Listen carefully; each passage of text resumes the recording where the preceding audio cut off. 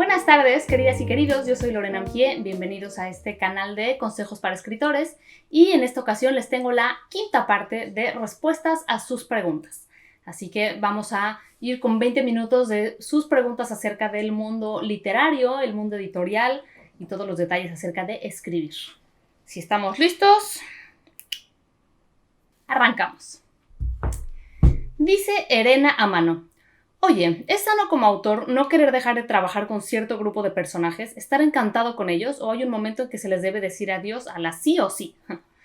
Entiendo perfectamente esta cuestión porque yo estuve trabajando con una trilogía muchos años y es muy difícil. Yo creo que uno puede seguir trabajando con los mismos personajes mientras estos personajes sigan teniendo algo que decirnos, mientras nuestra búsqueda siga siendo genuina. Yo creo que en el momento en que empezamos a estar en una zona de confort, cuando ya es muy cómodo y muy fácil y ya no requiere una búsqueda interna esto, creo que es momento de dejarlos ir y buscar nuevas voces. Secorde dice: ¿te gustaría que se hiciera la adaptación cinematográfica de alguno de tus libros? Y si sí, ¿cuál? Sí, yo creo que es un sueño que tenemos muchos autores y además yo imagino mis libros de una manera muy visual cuando escribo, así que sí que me gustaría. Me encantaría ver a Maya en versión cinematográfica, pero me encantaría ver las Catrinas en versión cinematográfica. ¿Cuál es tu experiencia con ser escritor de brújula? Yo soy así, según tengo entendido, si las opciones son de brújula o de mapa, yo me dejo ir por el instinto, me dejo ir por la entraña, por la búsqueda personal que me va guiando, y para mí esto me da una libertad mucho más grande y a la vez creo que es un viaje mucho más difícil porque nos obliga a seguir a los personajes y a la historia en vez de seguir lo que nuestra mente racional nos indica. Así que esa es mi experiencia. Evelyn Estrada: estoy iniciando mi primera historia sobre 5 chicas que por casualidad son involucradas en cosas ilegales. Las 5 son protagonistas, el problema es que quiero que las 5 sean narradoras. Dividí la historia en capítulos de 5 hojas y especificaba... Bueno, esto es una pregunta muy específica acerca de una historia muy específica.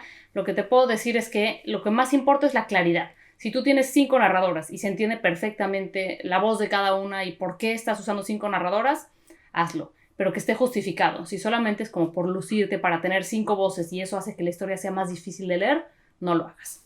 Luis David Hernández dice: ¿cuál es el libro que te has tardado más en escribir y cuánto te tardaste? El primer libro que escribí fue el que más me tardé y nunca será publicado. Yo creo que me tomó unos 7 años escribirlo, entre que lo corregía, lo borraba, lo agregaba, lo editaba, y este es el que más trabajo me ha costado porque es en el que quería ponerlo todo. Era esta experiencia de primera autora.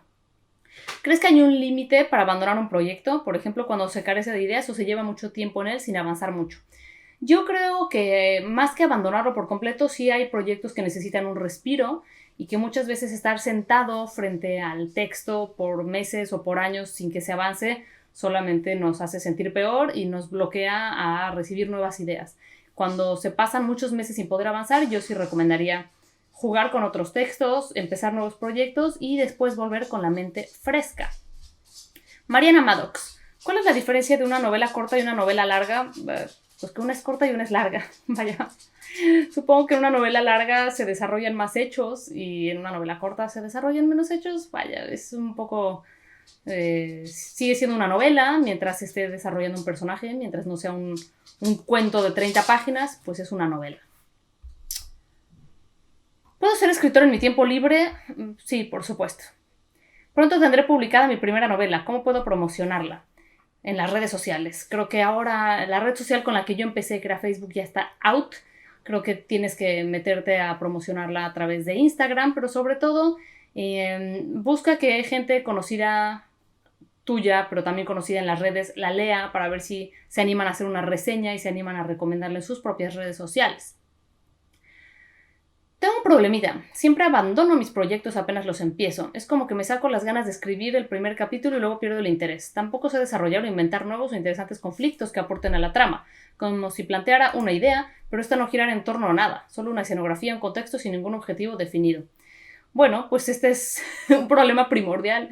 Si no te interesa tu propia historia, pues lo más seguro es que a los demás tampoco les interese. Entonces, tal vez sigues en busca de esta buena idea que te apasione, pero lo más seguro es que le estés huyendo a estas ideas y que te aburras muy pronto porque escribir una novela requiere de una disciplina a largo plazo. Yo lo que te recomendaría es que escribieras cuentos. Los cuentos se terminan pronto y te dan esta sensación de culminación y son una excelente práctica para eventualmente comenzar un proyecto de novela. Ve mi video, deberías escribir cuentos y eso sería mi recomendación para ti. ¿Cómo crees que se debería narrar una escena de acción?, pregunta Karl Mach.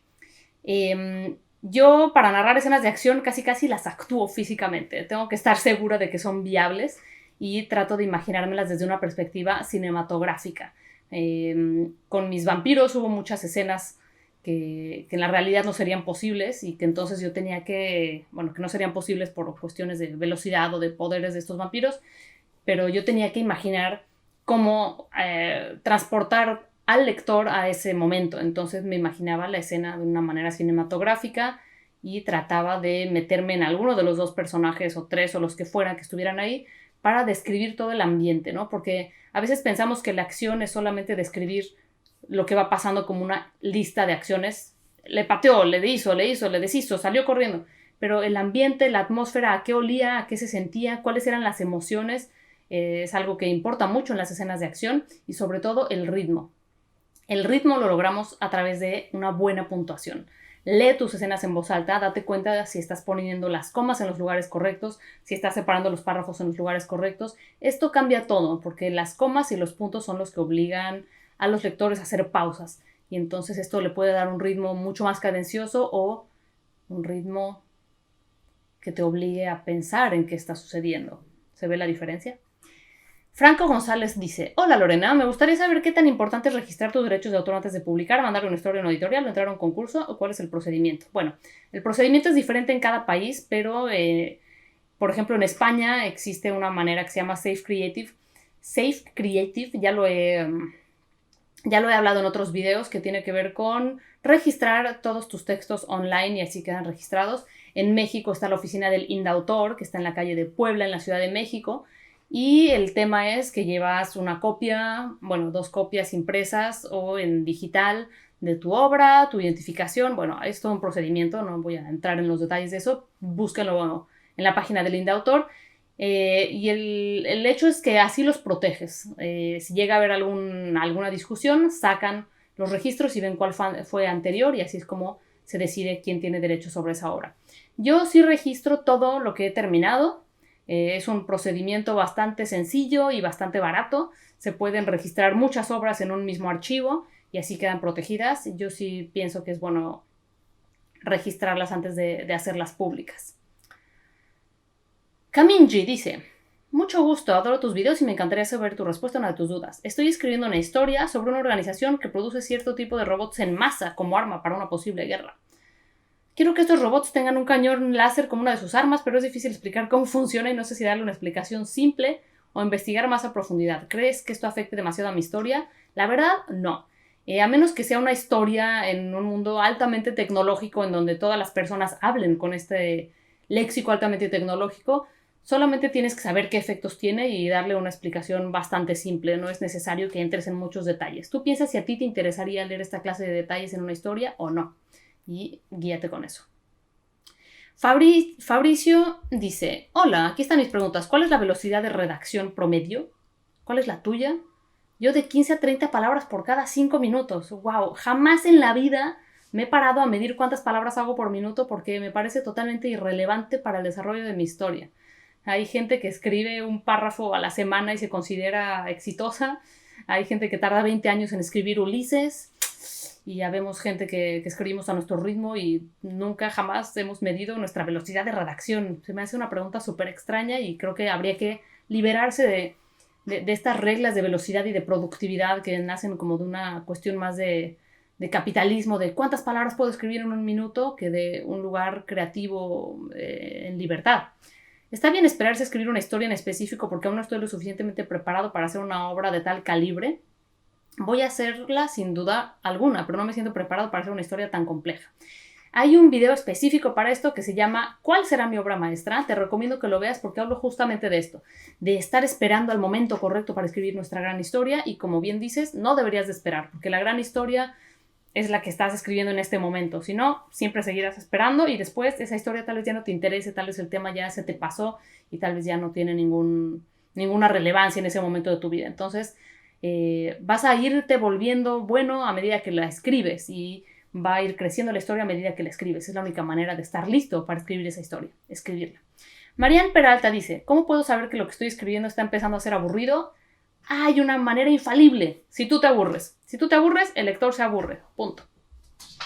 Marian Peralta, ¿cuáles son los libros que recomiendas de acuerdo con los diálogos o sentimientos profundos o enfrentar situaciones esperadas? ¿Cuáles son los libros que recomiendas de acuerdo con los diálogos o sentimientos profundos o enfrentar situaciones inesperadas o que te conmueva o otro que sea emocionante? Está un poco rara redactada esta pregunta. He recomendado cuáles son mis libros favoritos y muy seguido recomiendo libros. En este momento no voy a ponerme a hacer una lista porque se me comería muchísimo tiempo. Tony Flores Serrano. Hola, mi pregunta es, con respecto a la cantidad de personajes que se pueden manejar en una historia, ¿hay alguna cantidad límite para que la historia no se vea saturada de personajes o cómo evitamos mucha importancia a personajes que no son relevantes cuando comparten un espacio en común? Imagínate uno de estos cuadros gigantescos que hacían los artistas renacentistas o estos cuadros gigantes que están en el Louvre y ocupan toda una pared. La acción principal está en el centro y tal vez atrás se ve una escena de guerra y en la escena de guerra hay personajes secundarios que no están para nada tan bien definidos, ¿no? Tal vez son importantes porque hacen alguna acción forman parte del escenario general del cuadro, pero el artista no se pone a dibujarle a cada uno una cara específica y un ropaje específico, sino que se van perdiendo en el horizonte. Si el personaje no va a tener nada que ver con la acción principal de la historia, yo solamente lo mencionaría muy de paso y no perdería mucho tiempo en él porque puedes confundir al lector y pensará que también es un personaje importante que hay que ponerle atención.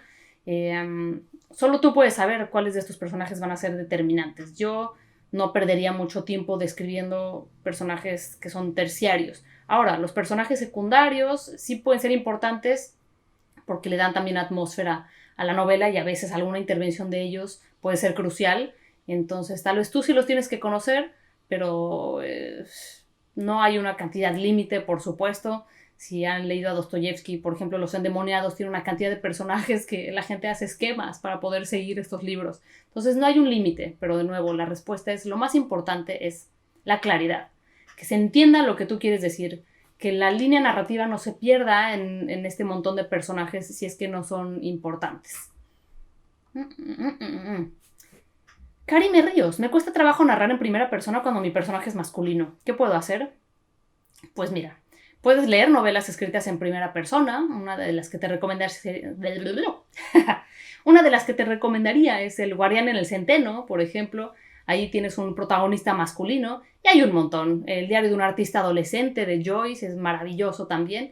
La manera es pensar que los hombres y las mujeres no somos tan distintos como el sistema nos quiere hacer creer. Nuestras cabezas no es que funcionen idéntico, pero porque somos individuos. Entonces, yo creo que el secreto está en no pensar que somos tan diferentes. Simplemente búscale una cara, búscale una fisonomía a tu personaje y ponte a hablar como hablan tus amigos, como habla tu hermano, como habla tu papá. No somos tan diferentes. ¿Qué tan autobiográfica puede ser una novela? Así como las circunstancias, los nombres y los lugares. Por ejemplo, basarme en mi vida laboral para crear una trama de tragicomedia. Me parece una idea genial y te recomiendo que leas Estupor y temblores de Amélie Nothomb o Fukowski, Memorias de un ingeniero. Son dos novelas maravillosas que son como tragicomedias de la vida laboral. Yo no le veo la necesidad de mencionar ni nombres de personas reales ni nombres de empresas reales. Casi nunca es necesario y casi siempre la obra gana en refinamiento cuando no lo haces. Entonces creo que no es necesario. Cintia, referente a tus servicios de tutoría, eso pregúntamelo a través de mi página de internet. Cintia, todo lo relativo a mis tutorías y servicios de dictaminación en mi página www.lorenaamkie.com.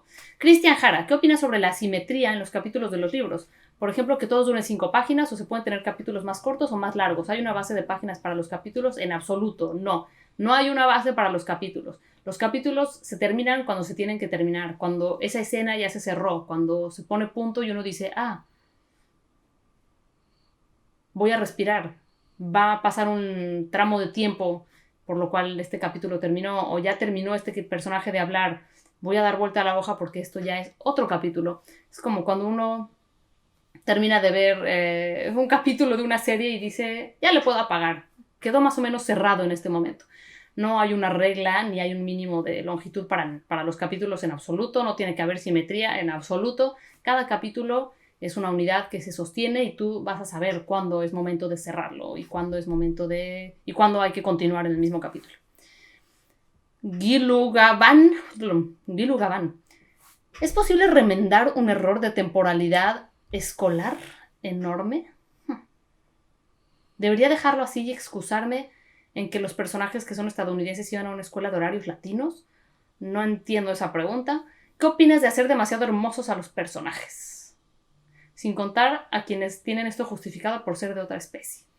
Yo creo que la hermosura, por supuesto, que es totalmente relativa. Opino que describir a los personajes es muy válido y ayuda mucho a hacerse imágenes mentales. Ahora, describirlos y que entonces al lector les resulten hermosos, pues es muy relativo. Pero pasar un párrafo diciendo, era hermoso, era sumamente atractivo, era guapísimo, eso yo creo que es un poco tedioso, porque como es tan relativa la belleza, dedícate a describirlos con características específicas, y si le resultan hermosos al lector, qué bueno, y si no, pues siempre hay un roto para un descosido, como dicen. Beatriz González pregunta, ¿cómo lograr descripciones fidedignas de lugares imaginarios? ¿Qué detalles destacar? Trato de recrear ese mundo imaginario en mi novela, pero todos mis escenarios parecen vacíos. Yo te recomendaría que, por un lado, busques imágenes que te puedan alimentar, y por otro lado, tú tienes que imaginarte que estás ahí parada. Imagínate que estás ahí parada, cierras los ojos y siente el lugar, a qué huele, a qué se siente, de qué color es, hace frío, hace calor, cuando pisas en el suelo, qué textura hay, qué soniditos hay.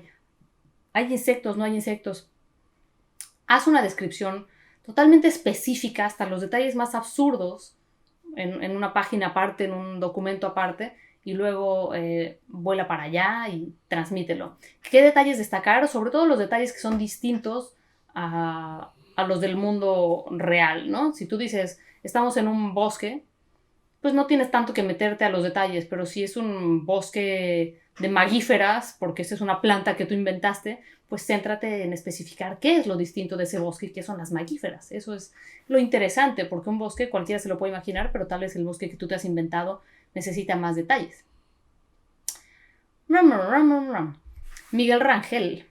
Pronto comenzaré la elaboración de un cuento para un concurso y quería saber si tenías algún consejo que pudiera ayudar a hacer un mejor trabajo.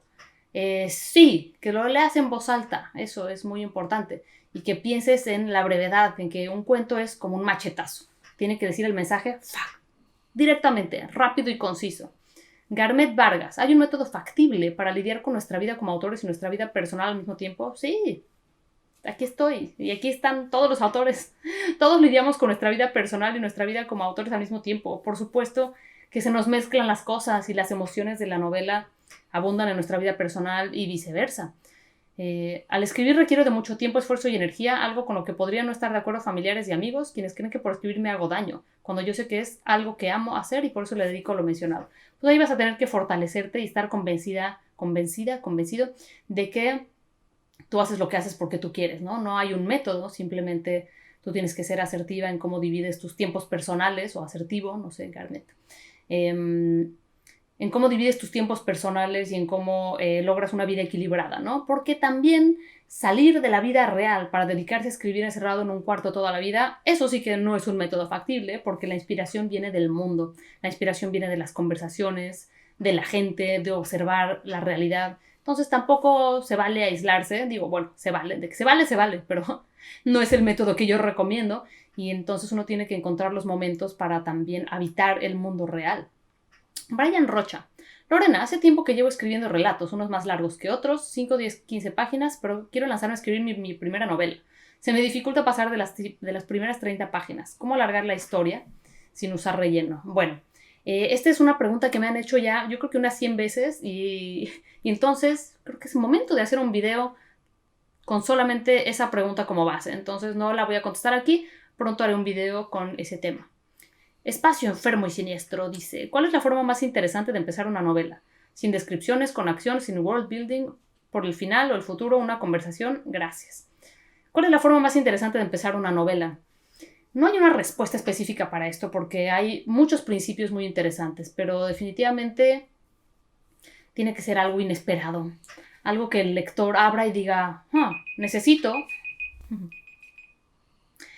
Salvada por la campana. No, no es cierto, sí voy a contestar. ¿Cuál es la manera más interesante? ¿Qué es lo que a ti te atrapa cuando tú lees un libro? ¿Qué es lo que a ti te atrapa cuando pones una serie en la televisión o una película y sí decides dejarla? Sí decides seguir viéndola, sí decides pasar del primer capítulo y continuar viendo esa serie. ¿Qué es lo que hace eso? Para mí, yo creo que con lo que yo conecto son las emociones de los personajes. Cuando a mí me presentan algún personaje que tiene algo interesante y yo puedo empatizar con él o odiarlo o algo me hace sentir algo, conecta con mis emociones a un nivel profundo, yo sigo leyendo a pesar de que todavía no haya gran acción. Creo que esa es la respuesta que daría. ¿Cuál es la forma más interesante de empezar una novela? Presentando un personaje interesante al que nos interese seguir conociendo a lo largo de las siguientes 200, 300, 500 páginas. 20 minutos más. Estoy consciente de que me quedan muchas preguntas, estoy consciente de que hablo muy rápido, pero esta es la mejor manera de llegar a contestar más de sus dudas. Muchas gracias por escuchar. Pronto haré ese video que estoy prometiendo de cómo pasar de una narración corta a una narración larga, porque estoy consciente de que es algo que le pasa a muchos y sí, a veces dar el salto del cuento a la novela es difícil porque no sabemos cómo alargarla, pero no se trata de alargarla, se trata de interesarnos nosotros mismos en algo que nos haga hacer un compromiso a largo plazo. Pero bueno, ya hablaremos pronto de eso. Por lo pronto, gracias por escuchar, espero que tengan una excelente semana. Si no se han suscrito a este canal, suscríbanse y nos vemos pronto. Chao.